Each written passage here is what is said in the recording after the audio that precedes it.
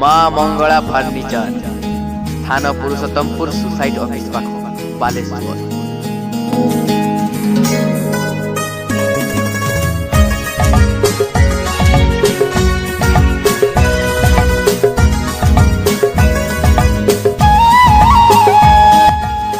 आज ही आसतु एठारे समस्त प्रकार स्टील और काठर तैयारी आसबाबपत्र सुलभ मूल्य मिले।